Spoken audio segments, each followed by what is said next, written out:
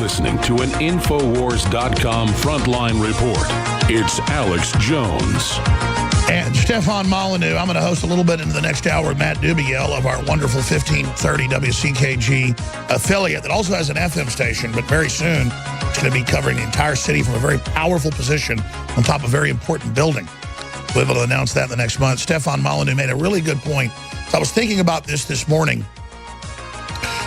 What made the Western expansion across the United States so important was you had dozens of different factions, just in the tribes alone. You had the Spanish, you had the Russians, you had the British, you had the French, and you had all these other groups coming into the wild, wild West that was 95% empty. You had the tribes jockeying to get different Westerners to fight on their side. It was barbarous, but it was also empowering for humans. And that's why all the invention and things came out of it, because we're meant to be trailblazing. We're meant to be pushed.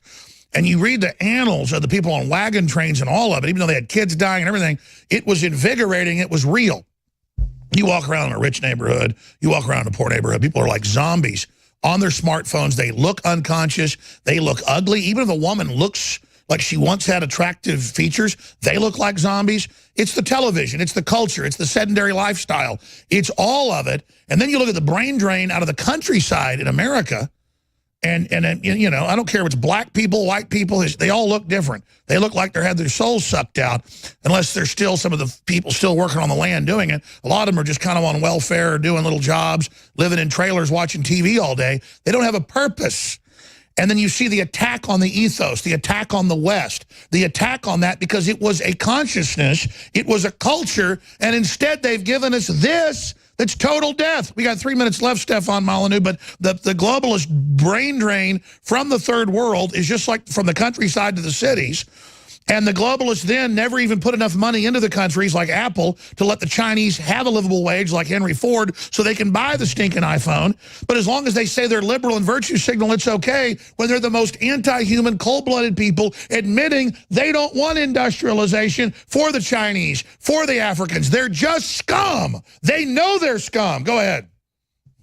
So the most important thing I think in this area, Alex, is something called the Pareto principle, which everyone needs to become familiar with. And the Pareto principle goes something like this. The square root of the number of people produces half the value of that group. So if you've got 9 people, 3 people are producing half the value, right? If you have 100 people, 10 people, if you have 10,000 people in a company, 100 people are producing half the value. Now, if you have a company where smart people start to leave for whatever reason, then the smartest people leave, it means that the company productivity goes down enormously. If you get the top 100 people leaving, okay, you still have 9,900 workers in a 10,000 worker company, but half your productivity is gone. This is why people become rich and other people middle class, other people are poor. There's a bell curve of productivity. Think of the third world. Western civilization rests on the brains, hearts, minds, and muscle of maybe 2,000 people. Maybe 2,000 people. Who innovated, who reasoned, who took risks, who scientifically, philosophically, economically moved us all forward. In the third world, there are a small number of people who can reform the third world and make it into a better place. Now, if the West comes along with the giant immigration suction machine, hoovers those people up from the third world, then if the top 1% of smart people from the third world end up in the first world, what happens? The third world becomes catastrophically worse. And that means the next tier of people are desperate to get out and make it to the first world. And then there's a meltdown. So it's then like the third tier of people, and we end up with a complete disaster and everyone migrating to Europe, the destruction of the welfare state, the undermining of Western civilization, all because the West could not resist the temptation of having instant taxpayers hoovered in from the third world and gave up on having children of their own. Absolutely beautifully said. I could not, I mean, that's it. And it's designed to melt down. And you read the globalist actuaries, they know they're doing this and then plan with AI and stuff to then control the implosion, which they're going to use to take over. This has got to be stopped. And the only way to stop it is to defend your own culture and reason and speak. And not adopt globalism, reject it. Rejecting globalism is accepting life. Accepting globalism is submitting to death. Powerful. Love the new book, my friend Stefan Molyneux, The Art of the Deals out there, but he's got his new book, The Art of the Argument. Find it. Hey, thank you so much, my friend. Ladies and gentlemen, we are back live, broadcasting worldwide. Matt Dubiel of 1530 WCKG in Chicago, one of our great affiliates in the country, co-host here with the fourth hour. He's about to take over. But I wanted to come back on the broadcast here and just introduce something here with Thanksgiving accelerating up on us so incredibly quickly. And it's just that when you study the attack on the West and you study the attack on free market, and when you study how the globalists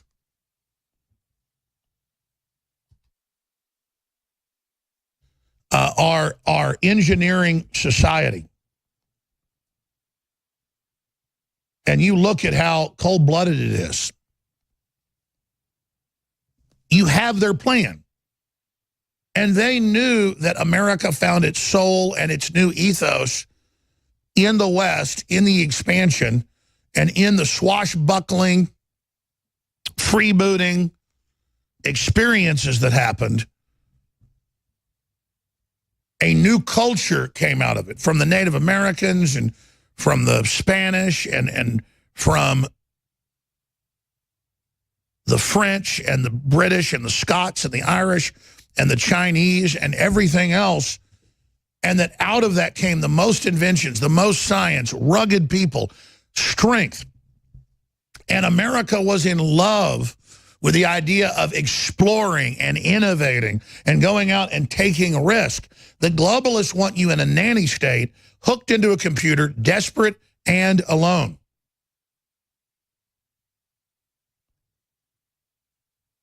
And I know you know that, and it's in the WikiLeaks, and it's in the Facebook documents, and it's in everything they do. And it's, let's wake up from this nightmare. Let's say no to it.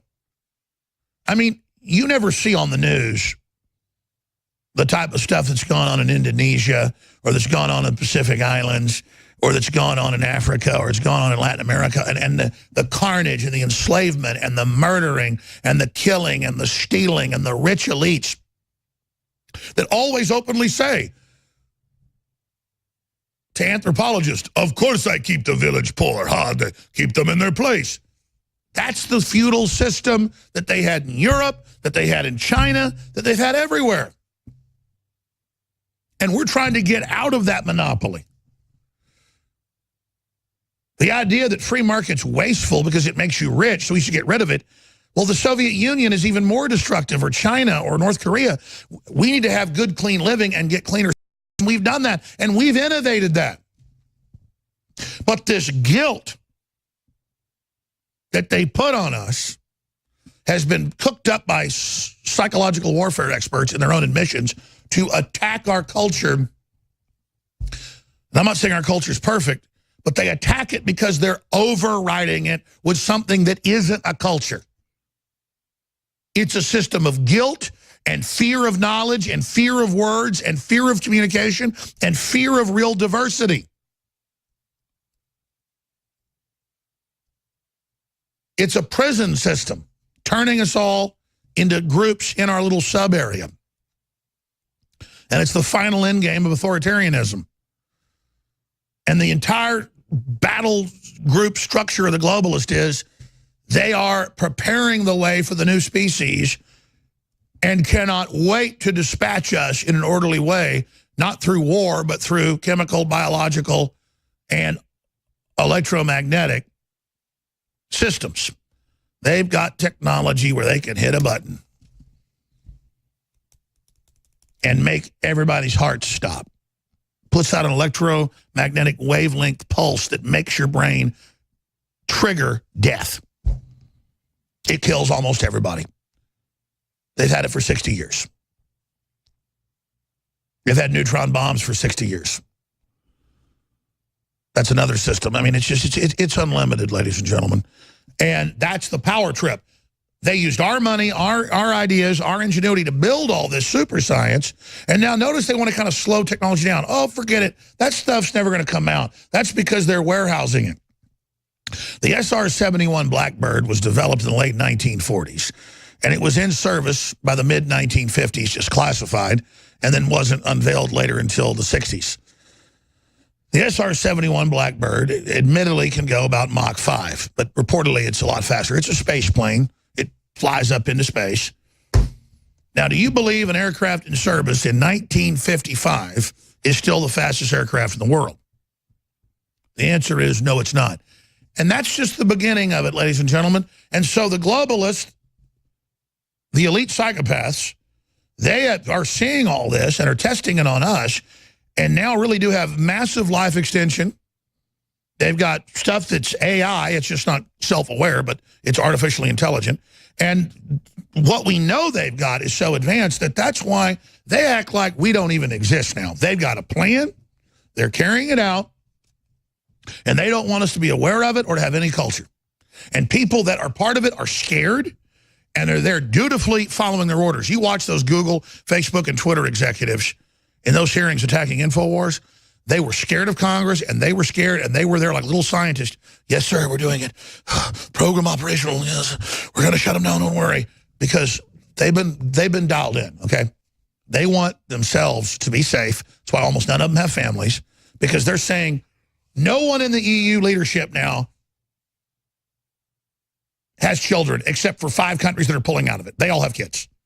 All the major elites don't have children now, ladies and gentlemen, because they've been told you may not get access into the ARC centers, the below-ground facilities in places during this if you got kids. And we don't want your kids there. They're like, we understand. I mean, we're close, folks. None of them are having kids. Because they wouldn't put kids through what's about to happen. I'm having more. I'm taking everything.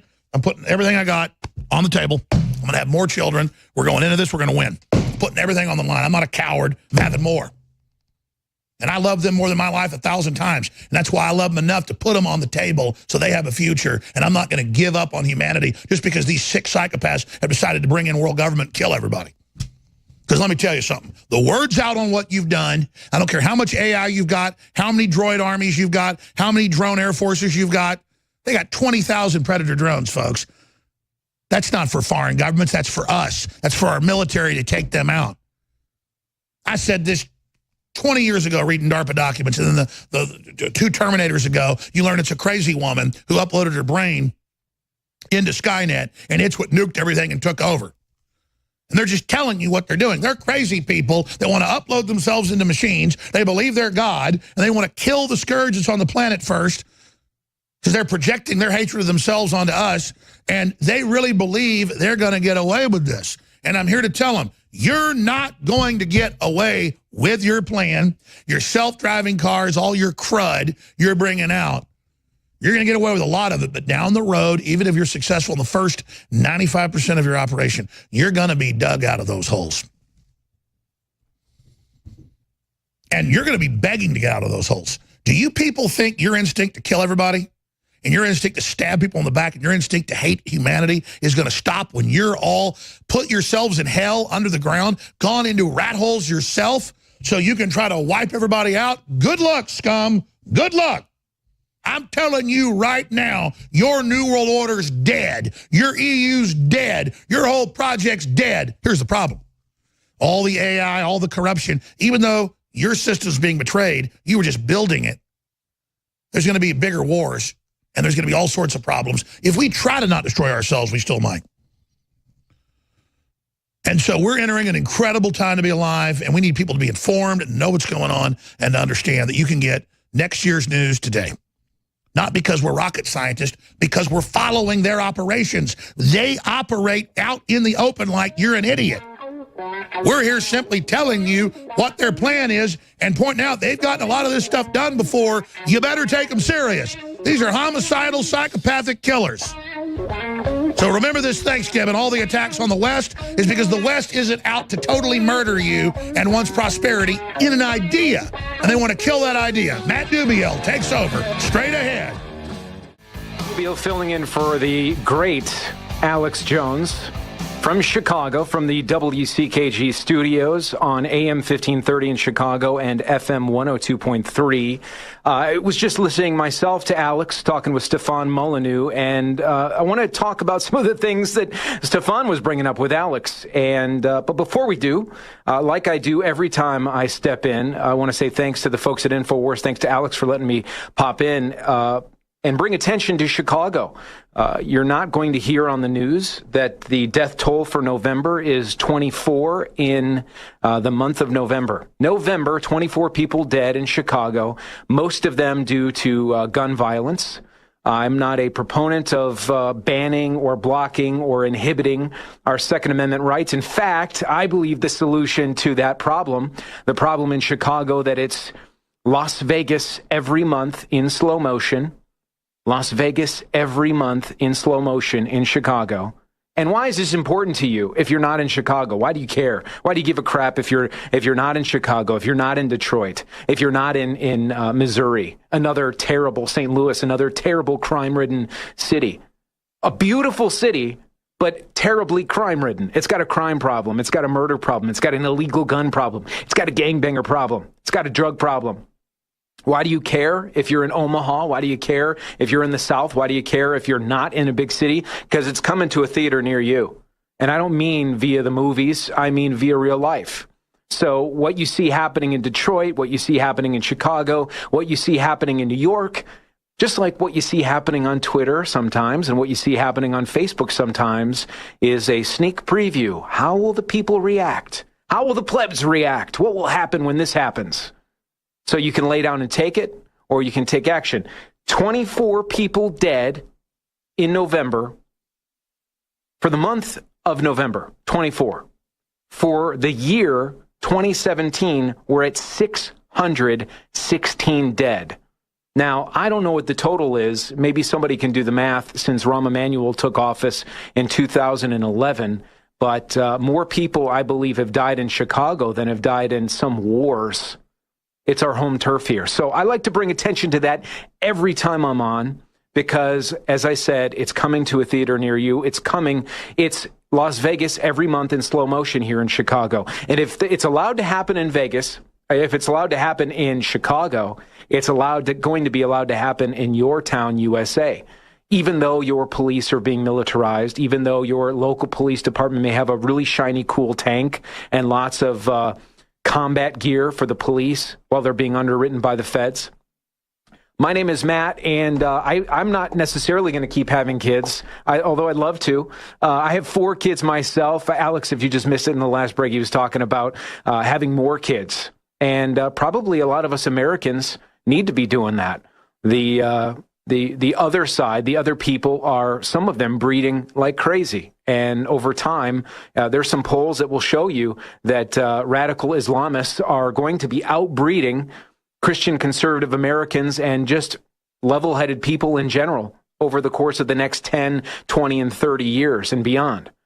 Whether you're going to be having more kids or no kids, many of us in the United States, hopefully you, with people you love, are going to be celebrating Thanksgiving. It's a holiday that is one of my favorites. We celebrate it in my home. We have about 40 people over. People I love more than anything. It's a good time. It's a great time to reflect not only on the things that we have to be thankful for as Americans, but the things we have to be thankful for as human beings. Some of us practice being grateful on a daily basis. Some of us forget. Some of us do it in our prayers. Some of us do it when we wake up in the morning and when we go to bed at night. Thank God for our heart beating and our lungs breathing and our brain working. Those sort of simple things, the things that we're able to enjoy, our ability to walk. If you're a woman, the ability to speak, to not have to be covered up in a sweaty garment as a law, to be able to walk freely, to be able to drive like everybody else. Some of these things we all take for granted, and it's human nature because you just get into everyday life and you just take it for granted. Well, I can drive. Well, I'm really grateful for the guy and people that invented the automobile. I don't have to take a horse and buggy to wherever I'm going. I don't have to churn the butter in order for us to eat. Thank you. It's great to be thankful. It's great to be grateful. And there's studies out there that show the more grateful you are, the more thankful you are, the better you feel, the better the life around you is, the better things happen to you. Some people might say it's part of the simulation. It's part of the code in the simulation that we're experiencing. Others will say that that's just the way it is and that's the way God works. Either way, no matter what you believe, no matter who you pray to, no matter what you celebrate, if you're an American and you're celebrating Thanksgiving, you're likely going to be getting together with many family members, many family members. Not all of them are going to agree with you. Not all of them see things the way that you see things. And how do you deal with that? How do you handle the Thanksgiving festivities when you know that one cousin or that one aunt or that one uncle, or maybe you're the one cousin and you're the one aunt or you're the one uncle? How do you red pill the people you love the most, the people that you want to be on your side the most, the people that you have the best chance of getting in the foxhole next to you if the fit hits the shan like it could and like it probably will one day, when it's going to be very important to be around people that are like-minded, on the same team? How do you red pill those people so that you have a network that you can count on? How do you do it without ruining the holiday? How do you do it without getting the frying pan? How do you do it so that you're not sitting in one room and everyone else is sitting in another and everyone's going, well, we're not going there again. We're not going to so-and-so's house for Thanksgiving, or we're not inviting so-and-so to Thanksgiving. I can't tell you what to do. I can only share with you what I do. And I do this every year when I host Thanksgiving. I'm going to give you the things that I do in order to red pill my family without coming off as a douche, without everybody leaving going, oh man, we're not going back there. Some of you might think it's oversimplified. But I'm going to tell you, it works like a charm. It works for my kids. It works for my family. We all have a great time. We are celebrating the gift of being an American. We're celebrating the gift of being thankful for being free. We have a Bill of Rights. We have a Constitution. And every year, everybody leaves happy. Happy, as the Duck Commander guy would say. So we're going to talk about that coming up in the next segment. We're also going to talk a little bit about this video I saw. I saw an InfoWars reporter, Millie Weaver, in the trenches. Boy, she's got some guts, and the way she handled herself was pretty phenomenal. And the amount of hate and vitriol, and it was so disgusting to me to see how people treated her. But I was grateful and thankful for the way that she behaved and how she handled herself. I want to point some of that out. I'll also point out some of the things I noticed about our president's press conference last week. His little bottle of water gaffe that everybody says is a gaffe. I see it a little bit differently. Well, sort of. I'm defending and doing that stuff on behalf of Alex Jones for the fourth hour. My name is Matt Dubiel, and I'm the big mouth here at WCKG in Chicago, AM 1530, FM 102.3. Today, I am personally powered by Brain Force. If you want to try something that is a little better than coffee, a little bit better than shoving energy drinks down your pipe, I can say that I've been taking Brain Force for about a month now, and it's working. It is working, and it doesn't give you that energy drink buzz with the 2 o'clock crash. The good news is if you go to InfoWarsLife.com or InfoWarsStore.com right now, for a limited time only, there's a holiday special, 50% off Brain Force Plus. 50% off Brain Force Plus. Get it now. Try it. You'll thank me. You'll thank those people over there. All right. So Thanksgiving is coming up. Thursday is Thanksgiving. At my house, we have everyone over. My role at Thanksgiving is we cook 3 turkeys, and one of them we deep fry, and the other 2 we cook traditionally, and the family comes over, and it's one of the greatest days of the year. It's one of the things I look forward to all year because I love my family. We have a big family. My kids are there. I get to show them what family is all about. A lot of times, you and I, we tell people. We tell people they should watch this movie. We tell people they should watch this video. We tell people, listen to Alex or listen to this guy, listen to Stefan Molyneux, follow so-and-so. We tell. And if you're a father, if you've had a father, what you'll notice is your father shows you. He tells you, but he also shows you. And as children, that have been brought up by fathers, what we end up doing is we end up doing what our father showed us. Sometimes we don't do what he told us to do, but we almost always do what he showed us to do. So I told you that I would share with you the way to red pill your entire family at Thanksgiving. This is a foolproof way for you to red pill your entire family to the virtues of doing the right thing, to the virtues of maybe even being conservative and having the right ideals without alienating your family, without having them think that you're just an a-hole, and without ruining the holiday. Here's how you do it. Now, imagine, fast forward to Thursday. Maybe you're going to have football on. And inevitably, the conversation is going to come up between family members about football. Like, what do you think about, the football players? And what do you think about the standing? And what do you think about the kneeling? And it's a trap. It's a trap.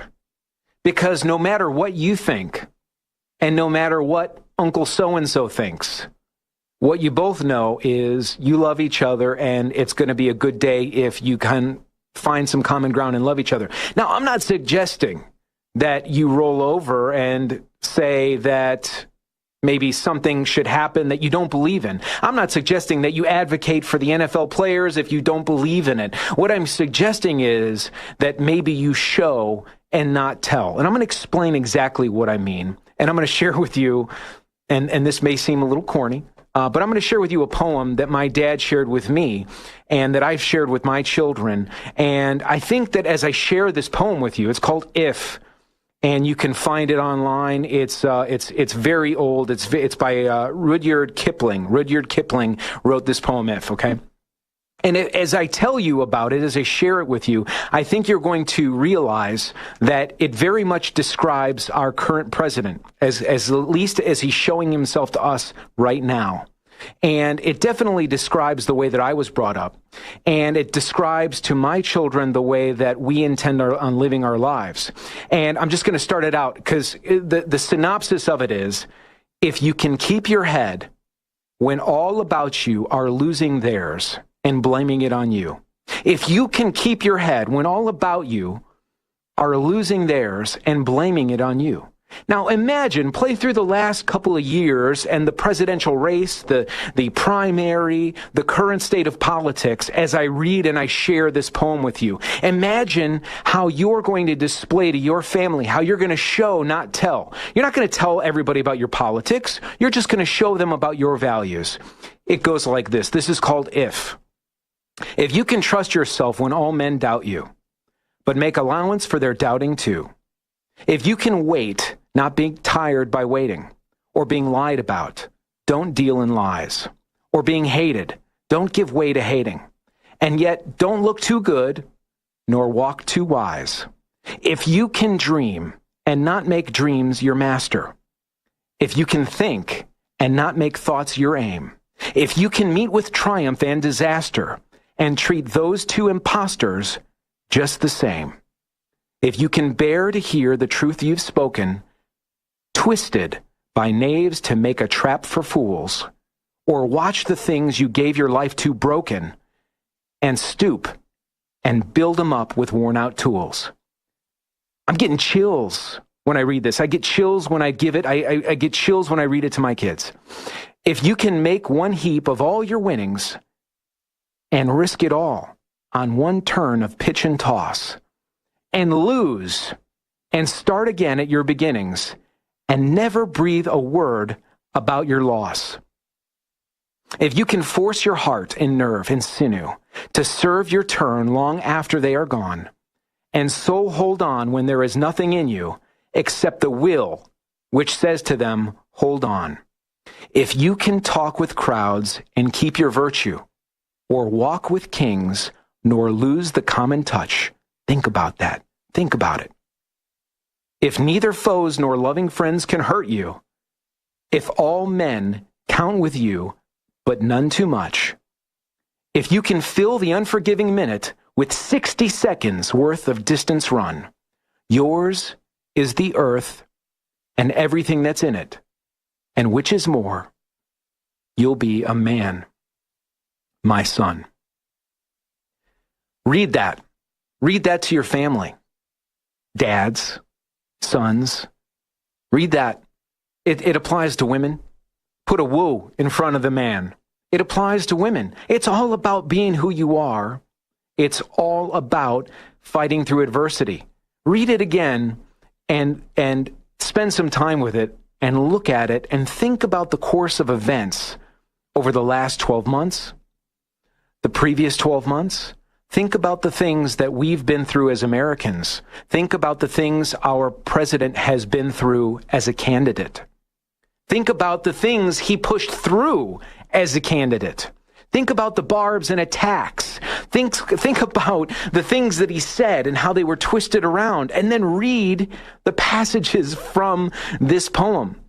If he's lived it in front of us. Now, I'm not suggesting you be a fanboy for Trump and be his apologist. I'm not suggesting that you stand in front of your family and tell them how great the president is if they believe that other people, what other people are saying, if they're indoctrinated by the CNNs and the MSNBCs and the ESPNs and the New York Times and pretty much all the media. All I'm suggesting to you is on Thanksgiving, just to be that man or woman that you're here to be. Don't talk about any of that stuff. Show, don't tell. Show how you love everyone. Show that your table is made for everyone. Show that you have more in common than you do that separates you. And over time, eventually somebody will ask you what your thoughts are on a certain issue. How do you feel about this issue? How do you feel about that issue? How do you feel about President Trump or candidate Trump?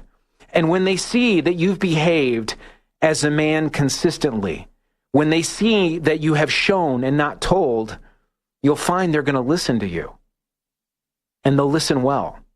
And you'll find that you'll have a better chance of maybe not red-pilling everybody, but certainly red-pilling your immediate family, your kids, your nieces, your nephews, the ones closest to you. They'll look at you like you have your act together because you do. Coming up, I want to talk about this Millie Weaver video. Millie was in the trenches. And boy, my hat is literally off to Millie. I also want to talk about our president drinking the Fiji water and why I think that was masterful. It's Matt Dubiel filling in for Alex Jones. Read that poem if. Share it with your family. We look a little different. It's Matt Dubiel filling in for Alex Jones. I am the big mouth here at WCKG in Chicago, and I'm delighted and thrilled to be sitting in for the fourth hour at Infowars.com/show. Infowars.com/show. I can't recommend strongly enough to you to go to Infowars store or InfowarsLife.com and get yourself Brain Force 50% off holiday special. It's my understanding that there is a fantabulous 34 plus, maybe at least 34-hour super broadcast coming up on Monday, Cyber Monday. If I read the Twitters right, the tweets. I'm on Twitter too, at Matt on Air. I'm broadcasting from Chicago here, where there are 24 casualties in the month of November, sadly. And we're at 616 deaths so far in 2017. Over 700 carjackings in Chicago in this year. And they're in certain neighborhoods. So you're safe if you're in downtown Chicago. You're safe if you're in certain suburbs. You're safe if you're in the airport areas and those communities. It's when you head to the west side and the south side where the carnage is really taking place that there's a lot of problems. So people know where to go and where to stay out of. Unfortunately, the people that live there and the human beings that are there every day are the ones that end up being caught in the crossfire. And we're working on spreading this message because the news does not cover these deaths. When they play the 10 o'clock news on Channel 2, on Channel 5, on Channel 7, on Channel 9, we've never had more news channels than ever before. And we've never had more news programs. It used to be they just had the 10 o'clock news, and now they have like the 5 o'clock news and the 6 o'clock news. And they'll talk about some new BS, unicorn frappuccino that Starbucks is putting out. They'll show people waiting in line for the new iPhone in downtown Chicago. and they don't show the names, and they don't say the names, and they don't show the faces of the people that are being slaughtered every day, as it's Las Vegas in slow motion every day here in Chicago. They don't talk about those people. Somebody needs to. And we're working on doing that in a bigger way. How do we do that here? And how can you do it? You hear people on InfoWars say it all the time. Share the links, share the links, share the links. The other way is for you to support these local stations that carry these shows. We, for instance, have not only are we carrying the Alex Jones show here in Chicago, but we're also carrying Real News with David Knight mornings from 8 a.m. Central to 11 a.m. Central. It's a great show. It's a great alternative to Glenn Beck and the other crap that the national syndicators put out. We carry The War Room with Owen Schroyer and sometimes Roger Stone when he's in and when he's, whether he's in or not. And Owen and The War Room is another great alternative to the afternoon programming that you are offered and force-fed around the country, where they're just talking about the same crap. Mitch McConnell this and Paul Ryan that over and over again, the same dopey 4 conservative talk show. So it's really great. If you're a station manager, you got to consider these shows. If you are a listener in those areas, and you're listening to the radio station carrying Alex Jones right now, send them an email. Send that radio station an email and tell them that they should really take a look at Real News and they should really take a look at The War Room. We're doing it here in Chicago. Tell them WCKG is doing it in Market 3. And we're not just going to do it on AM 1530. We're building an FM radio station. And it isn't cheap, believe me. I could go broke building this FM radio station. And Alex talked about it a little bit earlier. We're building this FM 102.3, and right now it just covers a little 5-mile radius in Elmhurst near the airport. And it's eventually, very soon, with your help, going to be covering parts of the Chicago area where this murdering is going on. And we can help bring to light to the people that aren't hearing this on the news what is actually going on in their backyard. You can help us if you go to wckg.com/support. The video that we had up there of Alex sharing why it's so important to support local radio stations has been removed by Facebook or YouTube. We're not sure why, but we're going to replace it. But we could use your support, because what happens is the advertisers get pressured from the likes of Media Matters or the likes of other organizations, and they leave and they try and pressure these radio stations like mine into carrying other sports programming or other network programming that isn't quite what is in line with what we're sharing. It doesn't quite get the truth out the same way. So we need your help. That comes in the form of, donations, in form of support, sponsorship support, whatever you can do, wckg.com/support. I want to talk about this Millie Weaver video. Millie Weaver, speaking of going into the areas where it's dangerous, in Chicago, we don't go to the south side where people are getting capped. We don't go to the west side where people are getting capped.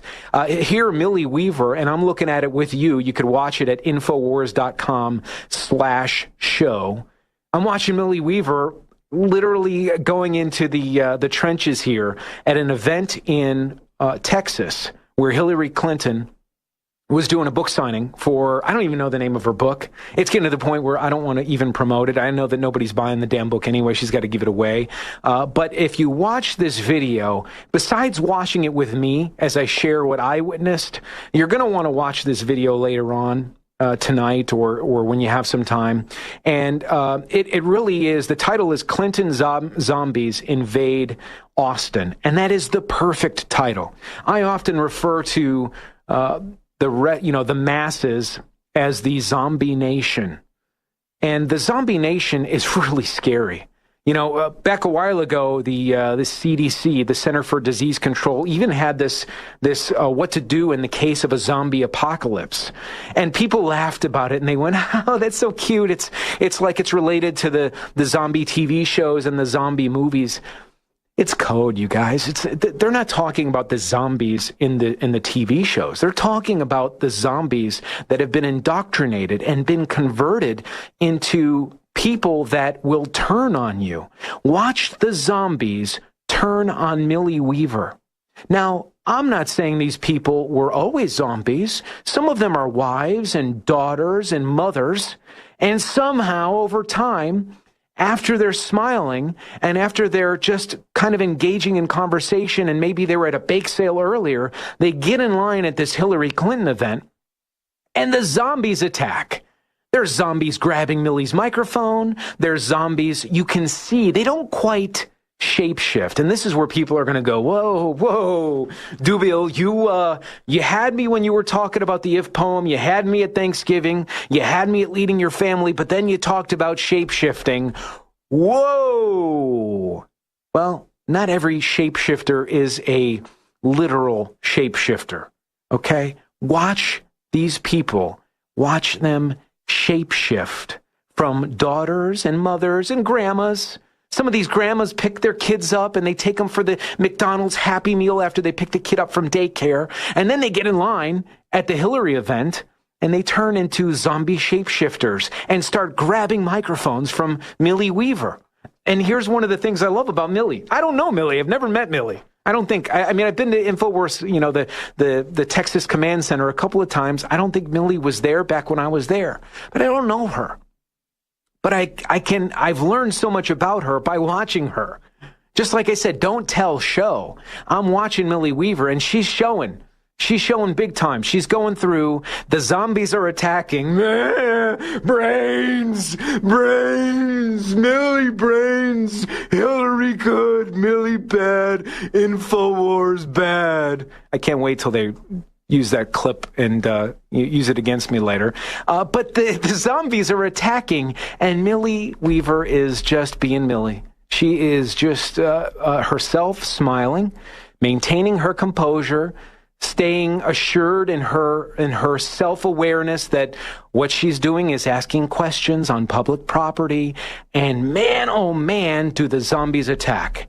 Reread that poem that I shared with you, this If by Rudyard Kipling. I don't know if I'm pronouncing his name right. Maybe it's a woman that wrote it. I don't know if Rudyard is a man or a woman. It doesn't matter, because Millie exemplifies, just like our president does, just like I see Alex, just like I see Rob do, just like I see Owen, just like I see David Knight. These people are exemplifying what is embodied in this poem. And you can too.